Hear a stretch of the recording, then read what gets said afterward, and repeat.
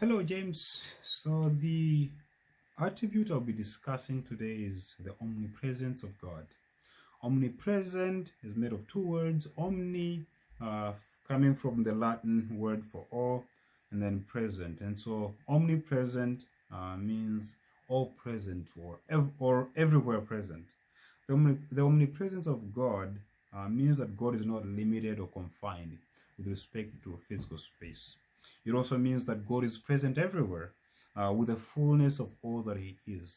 Fullness, I stress, because it's possible for me to be here while my mind is downstairs in the kitchen because I haven't had dinner.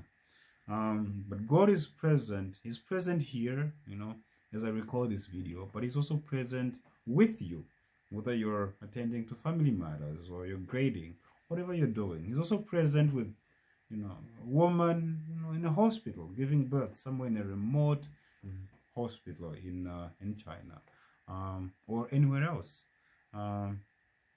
While God is everywhere, He does not live in creation. He's everywhere, but He's distinct from creation. That's what the Bible teaches us. The omnipresence of God is the reason why Jonah was not able to escape God's presence, even though he tried so hard. Even in the belly of the great fish, God was there because Jonah prayed, and then God heard and answered. The passages I'll be reading today will be Psalm 139, 7 to 10. I'll read. It says, "Where can I go from your spirit? Where can I flee from your presence? If I go to the heavens, you are there.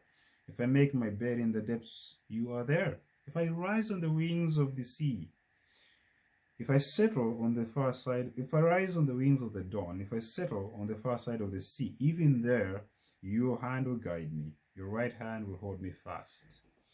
Again, this speaks to the fact that God, in whatever direction you may go to, God is there. North, south, east, west, up, down, you always find God there. So there's no way you can flee from His presence.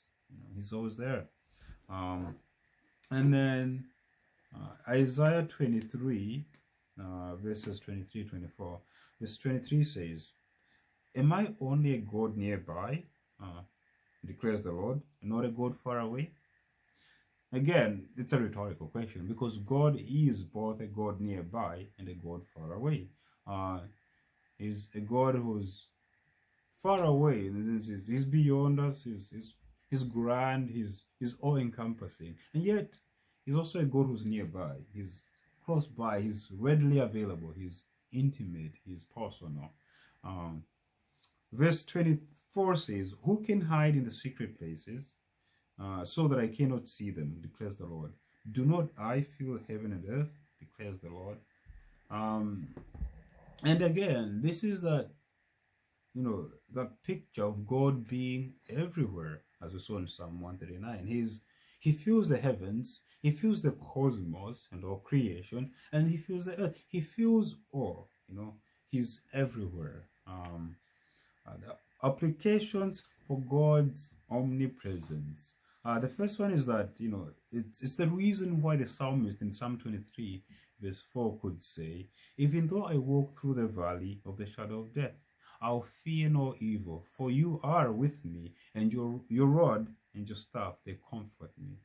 So God's presence, God's omnipresence is a source of comfort for the believer. No matter where we are, we're not alone.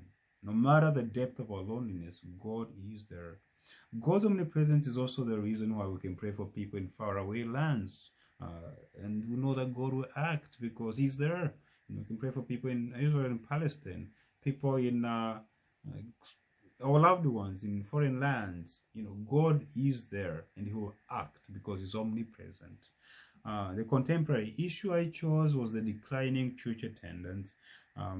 Some people who think that, just because God is everywhere, why go to church?